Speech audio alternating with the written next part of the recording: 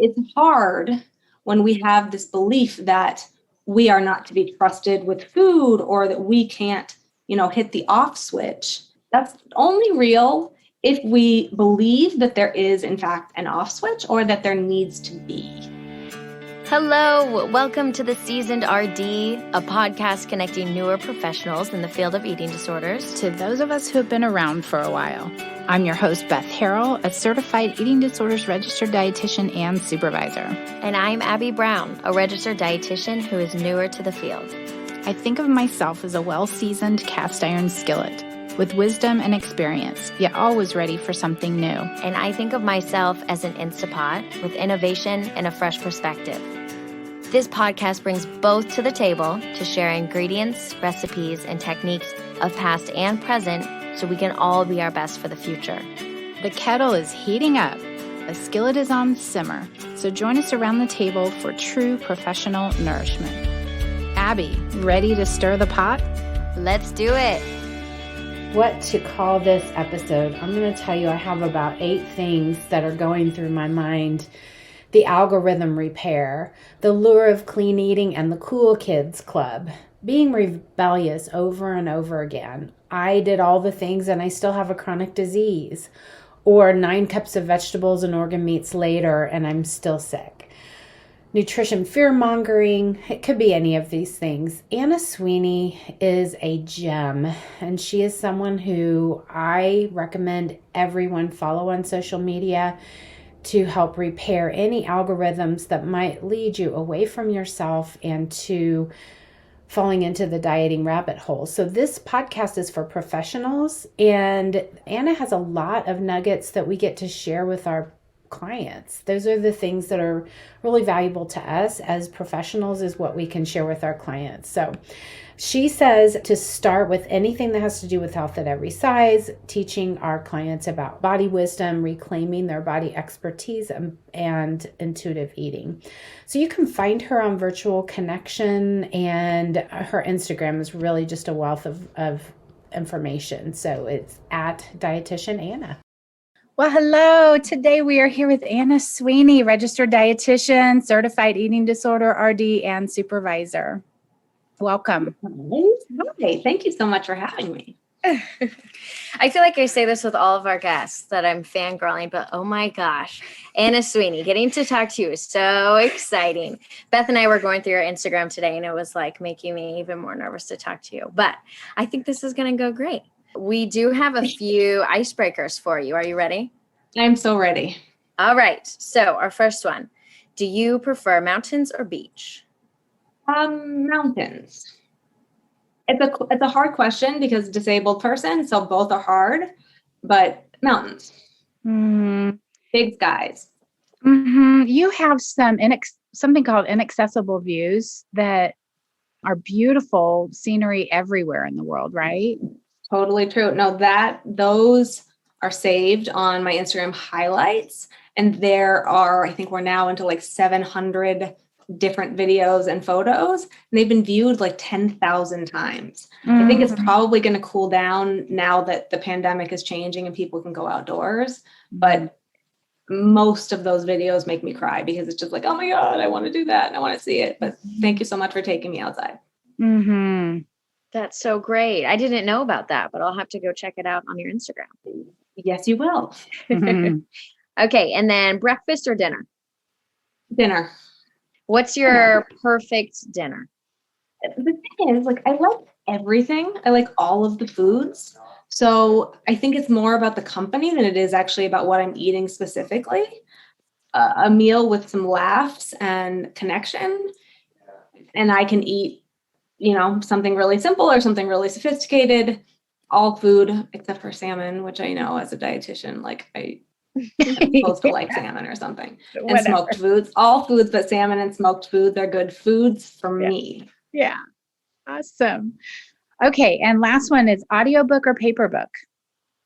Paper, but not paper, Kindle, because dexterity issues with real books. Historically, it would have been real books. I had a real resistance to Kindle when they first came out because I was like, who's going to read on this flat thing? And now having something that I can just tap and the page move, super helpful. Interesting. So the dexterity issues help bring that. Okay. Oh, Well, this changing disease. So fun. and we're going to get into that more too about your changing disease, multiple sclerosis.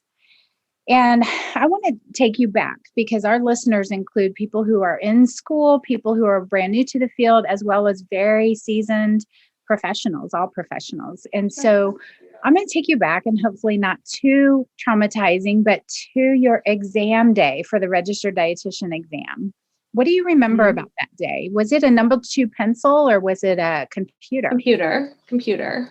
The thing that I remember the most was after I passed, the screen went black. And even though I knew that was going to happen, sitting in front of a black screen for like 10 seconds is horrible. I don't know why that happened. I don't know if it still does. It doesn't do that anymore, but That's so nice. That's so nice.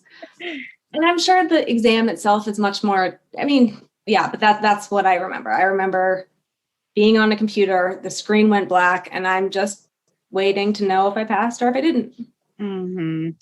You know, when we were chatting before I hit record, we were talking about encyclopedias, and the photo of this podcast episode, or not the episode, but of me and Abby, and I'm holding an encyclopedia cookbook. It's my mom's, and it's been passed down from generations of paper. It's yellowed, it's falling apart, and she's using her computer or something electronic for her recipes.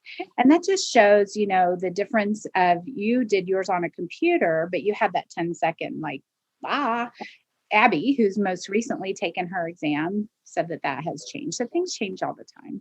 Totally. All right. Well, how'd you get into the field of eating disorders?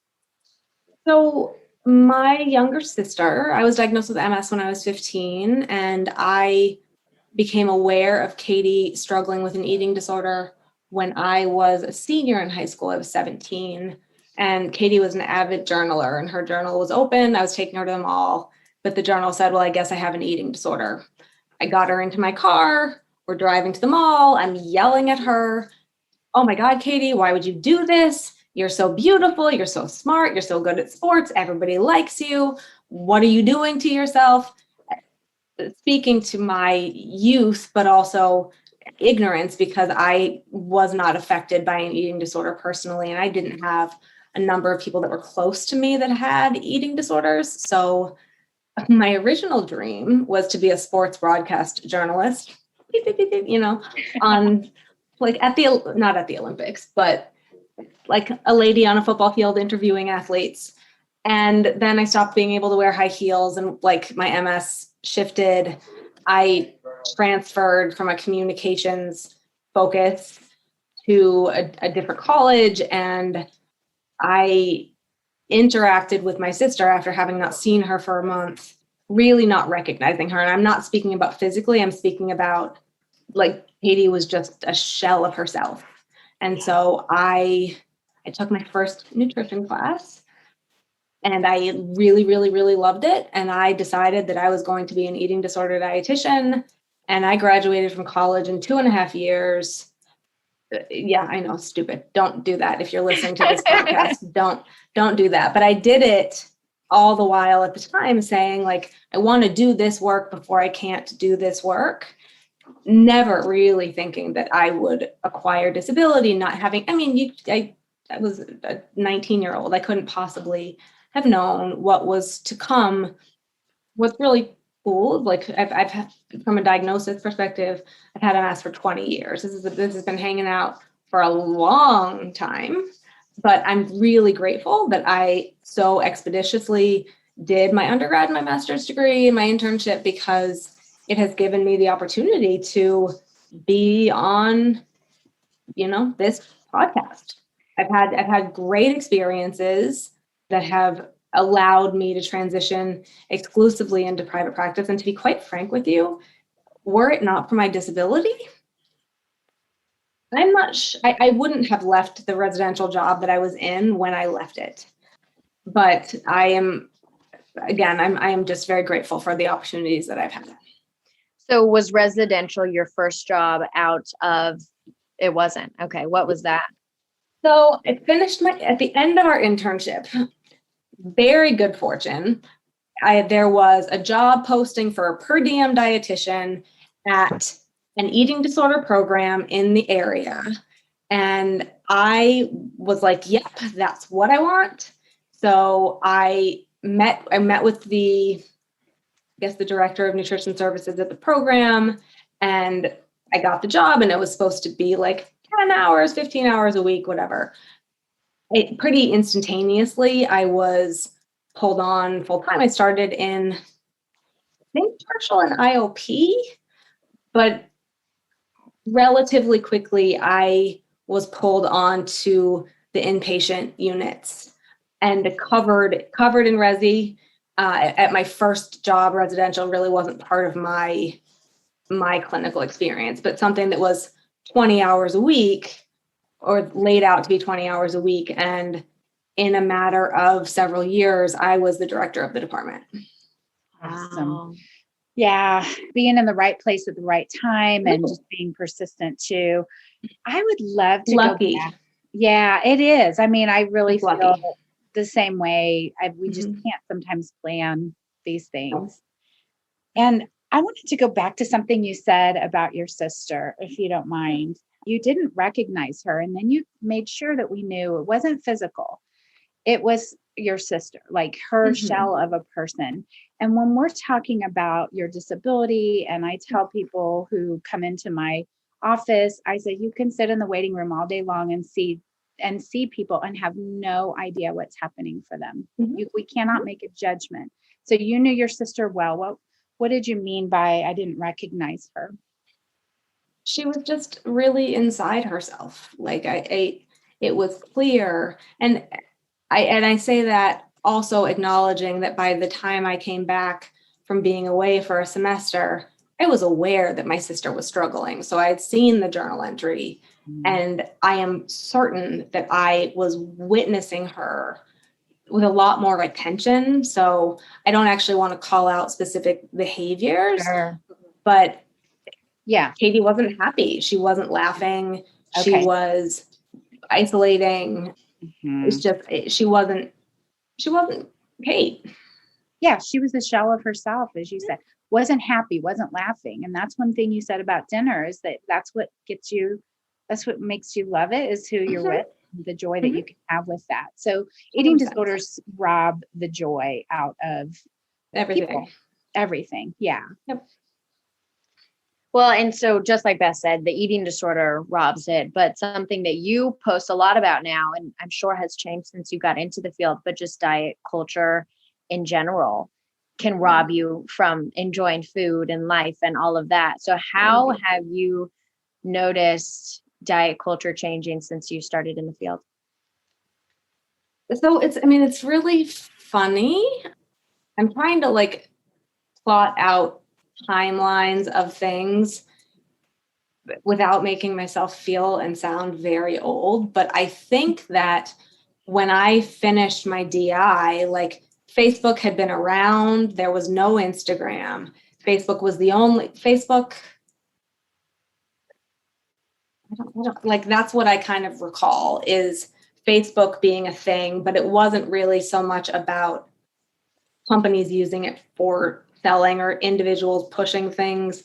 The struggle was mostly I'm witnessing my best friend from high school post pictures of her body, which looks exactly the same as it did in high school, and I have feelings about it, right?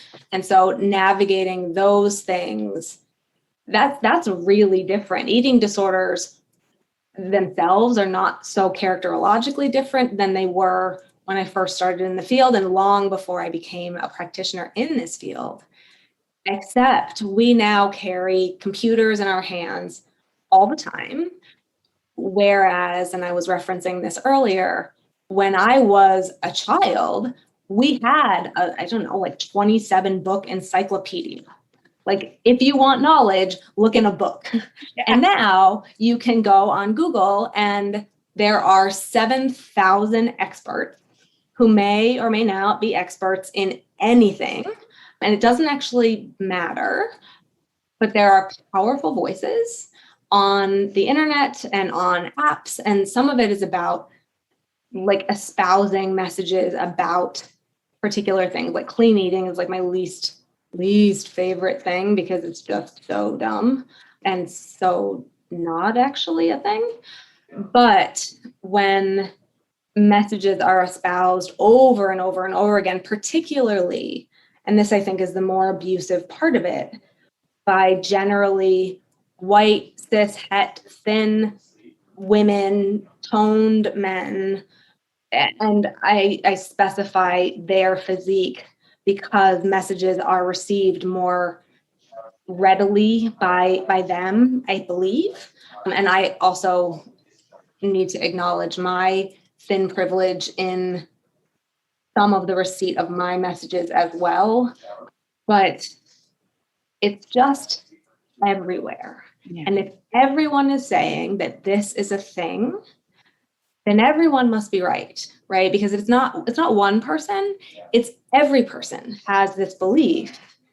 And this is why we're seeing eating disorders in much, much younger people. And I developed an adolescent eating disorder treatment program on the first inpatient unit I worked on. And that was 12 years ago. But this is a different game because everyone is carrying a computer and everyone has access to bodies that may or may not be authentically bodies, and stories about how people take care of themselves, as though if she takes care of herself and looks one way and I take care of myself, I should look like the message, an underlying message is eat like me, move like me, look like me, which is just a falsehood. But navigating that is so tricky.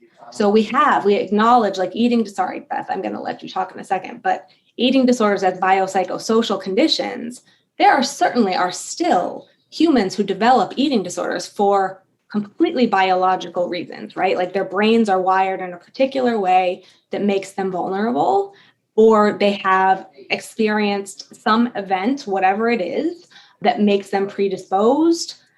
But I believe the social part of eating disorder development is happening at a faster pace now.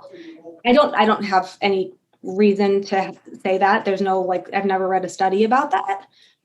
But I am just assuming, based on the nature of comparison, that there's a heck of a lot more of that happening now than has ever been before. Absolutely. And look, I know that I want to definitely come back to eat like me, move like me, and look like me. And I also want to go back to the Encyclopedia because you and I share that experience. When I started in the inpatient world in 1993, we had computers. They had the amber screen. They had the connected paper that had the holes on the side. And so I would tell my patients, you are a walking encyclopedia. Your head is full of knowledge. And now, I had to catch myself several years back and say, well, Beth, you can't say that anymore. So you're a walking Google page or walking MyFitnessPal or whatever it may be. So bringing us back to the social aspect is probably compelling these faster. I don't have any research on that either, but my belief is that it makes it harder for people who have that biological piece. Totally. So eat like me, move like me, look like me.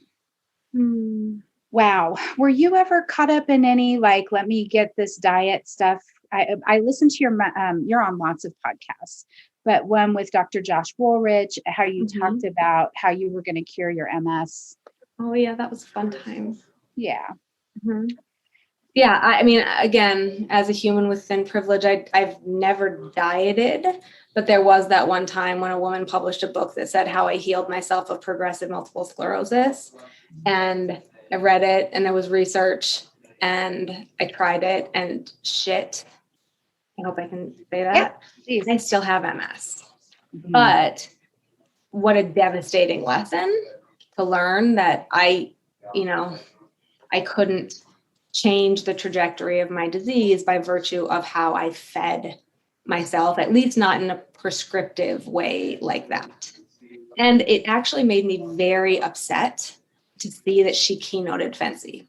There are a lot of dietitians who are talking to their clients with chronic illnesses, telling them eat 9 cups of vegetables a day as a start. Wow. Like, that's a big problem. That's feel wellness culture in dietetics.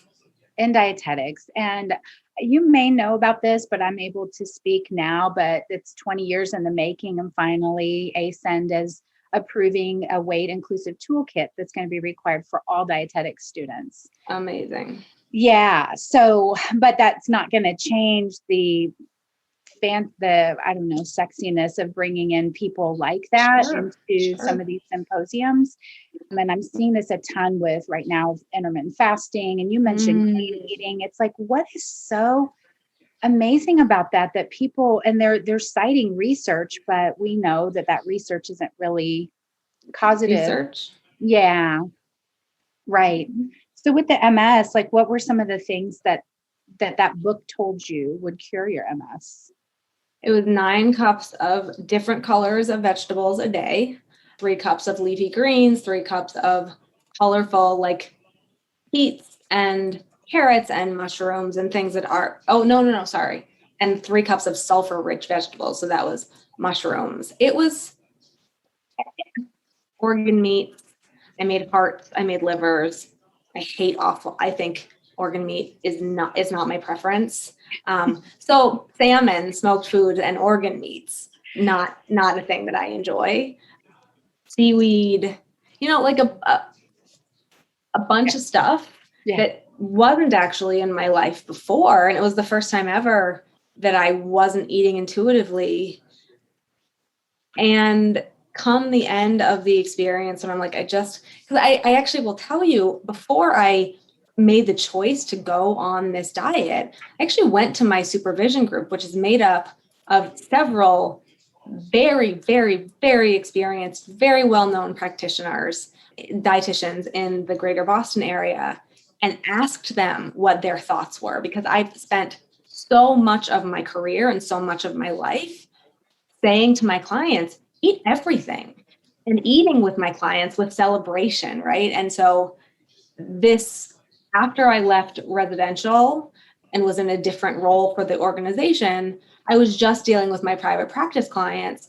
And so now it was like, I can't eat with you, but getting permission, I sought out permission from them, and they all said, Anna, like, of course, do everything that you can do. And so that was very meaningful to me to have people sign off.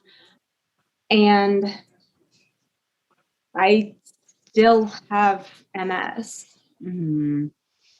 but that's expensive. It's expensive and hugely privileged eating. I recall my then neurologist asking me to come speak to a group of people with MS about nutrition. And her underlying message was persistently, she remarked about my body size on a number of occasions, saying, like, we should get you in here to talk to people to help them lose weight, as though, I am supremely disabled. I have thin privilege for decades on both sides of my family, which is the reason that I am thin, right? It is not because I do a thing for thinness or I don't eat for thinness. It is just because of biology. And so when I heard my neurologist, and I actually fired her after this, but when she asked me to come in and speak about weight loss specifically for people who are largely immobilized and don't have access to food in the same way that I am privileged to have, like, what an uninsightful and really hurtful thing to have, like, your neurologist prescribing. And if, I got duped by this thing, right, then everybody can be duped. I wonder if that neurologist had any what they considered to be evidence or research on this, because we know that we're trying to teach people that the world is not flat. It's so hard for them to understand the world is actually round, that people size, that, like, I hadn't heard that about MS weight connection or anybody making that before. In chronic illness, that's everywhere. Fat phobia and weight stigma is everywhere in every situation all of the time. It just goes back to how weight loss is quote unquote a cure-all for everything. We just have to get away from that perspective. Yeah, it's just not a thing. But it doesn't matter because it's being harped on by the most educated, expert people. And so if your medical doctor is saying this thing, and then you find a dietitian who's saying, they're right. And then you go on the internet and you're definitely right, right? Like you have to make these changes. Yeah. Yeah. So I have a graduate elective course. And one of the things that you just said today about going on the internet and people finding resources that way, one of the assignments is to find an influencer. And probably most people who come into the class have already followed people on some social media platform or another. So they can choose that person and they have to explain to the class and themselves why that person is legit. The social media piece of that is really, really hard. And the organ meats and the vegetables and all of that, because you had never dieted for weight loss in the past, you still have that understanding of like what it's like to be manipulating your diet for one reason or another and not liking those foods anymore or not liking them. Absolutely. I mean, eating brings me great joy. And it was the first time that I was not eating intuitively. And it was the first time that eating was not joyous. It was cumbersome and laborious and very, very specifically task-oriented. Mm-hmm. Well, and just like you mentioned earlier, where all of us, especially kiddos these days, are walking around with phones in our hands. And so they're getting hit almost immediately with, you can't eat intuitively. You have to be eating this way. And the long-term effects of this are really going to start showing up more and more. In every single way. Yeah. It's very frightening. Yeah. I work with a lot of pediatrics now, and it's tough. Oh my gosh, it's so tough to see. Like somebody made a post about this, maybe it was you, but somebody recently about, can we not just let kids get through their kid years, their teenage years without having to worry about their body? And if it's quote unquote good or whatever, can we just let them live their lives? Mm-hmm. And the nice thing is that somebody is posting about that. And the really not nice thing is that there are a million more interesting, more flirty influencer, whatever people on the internet that are saying other things. And goes back to, you said, when the doctor says it, it makes you believe it. So when a kid hears their pediatrician say it, and then if a dietitian or somebody else confirms it, and then their parents confirm it, and then social media confirms it, it's no wonder that this happens. Not even a little bit. So the phrase I want to kind of hone in on is that food cannot cure or kill. And that is what social media people will take on something and say, there's superfoods or there's this or there's that. And I really love how you calmly just said, and I still have MS. Okay. So I was with some friends this weekend, and one of them unfortunately has a friend who's in stage 4 cancer, esophageal cancer. And they were asking me, what are some supplements? What are some foods that this person can have? And so my question back was, what is the purpose of those foods? So is it to cure? Is it to stop progression? Is it to stop pain? Is it so, food can be functional and eating can be pleasurable. Like you said, eating brings me great joy. When my mom was in her last days, some of the family was trying to give her Ensure.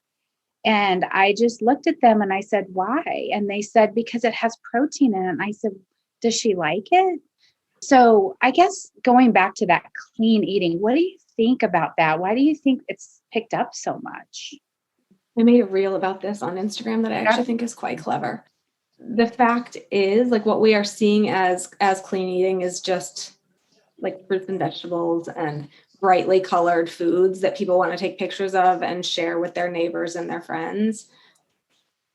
the gentleman who wrote the book on orthorexia, Dr. Stephen Bratman, talked about like the introduction of clean eating as being something that was perhaps like historically derived, something that happened like in the 70s, or more recently, there was a bodybuilder out of Canada who published a book about clean eating and like athletics and like how they won some championship. And it's really catchy, right? When you put those two words together and we suggest that there is, I mean, this is problematic in so many ways.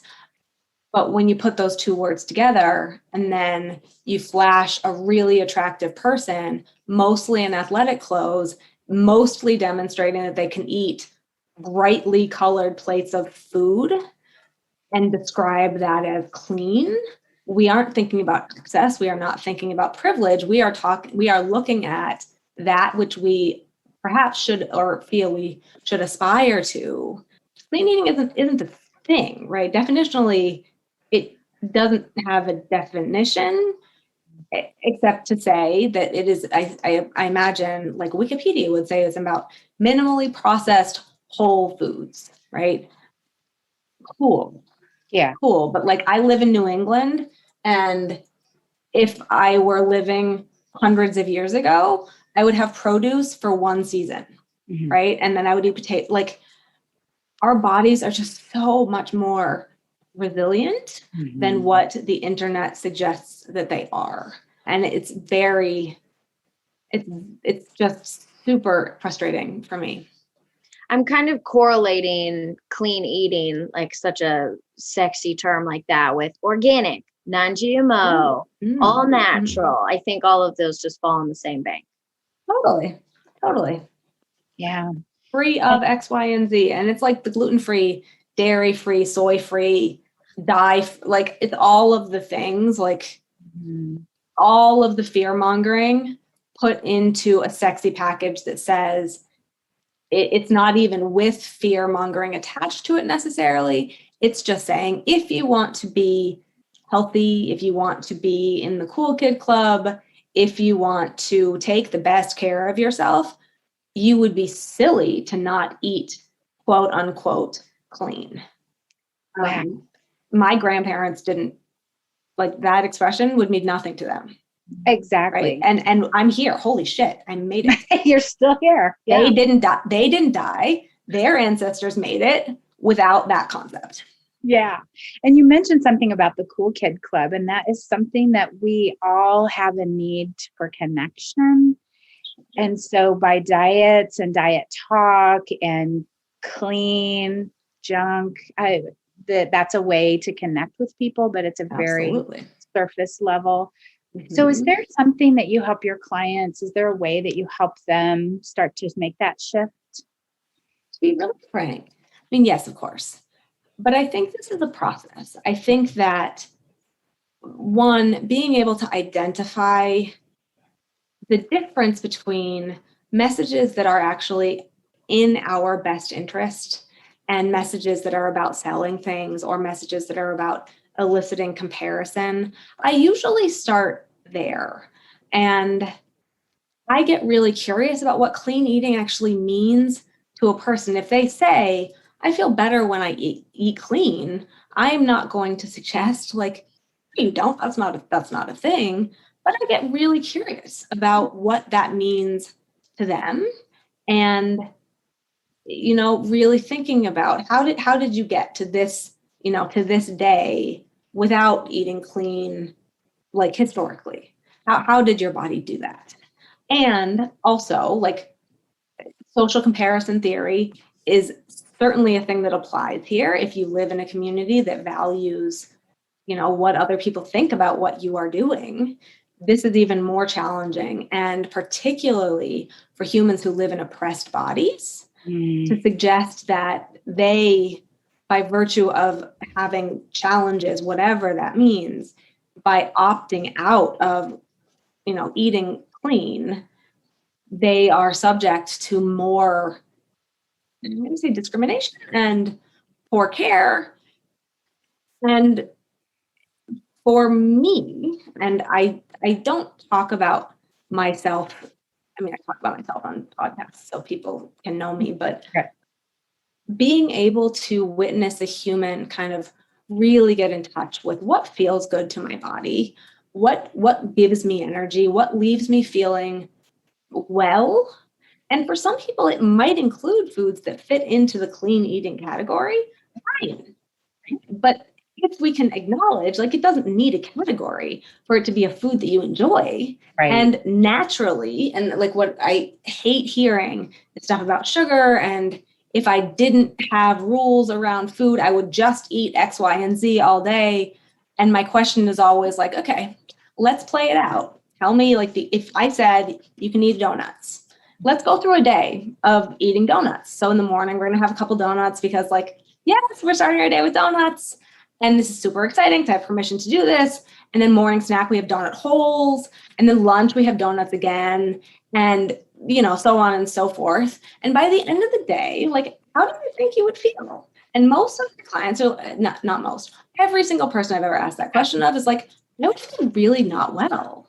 Yeah. And it's not because of the judgment we have about donuts. It's because our bodies require a diverse range of foods, assuming they are accessible to us, for us to feel, you know, the most well as well as possible. And it's hard when we have this belief that we are not to be trusted with food, or that we can't, you know, hit the off switch. That's only real if we believe that there is, in fact, an off switch, or that there needs to be. Yeah. Oh, this is so great. I'm reminded of a research that a professor did for college-age students.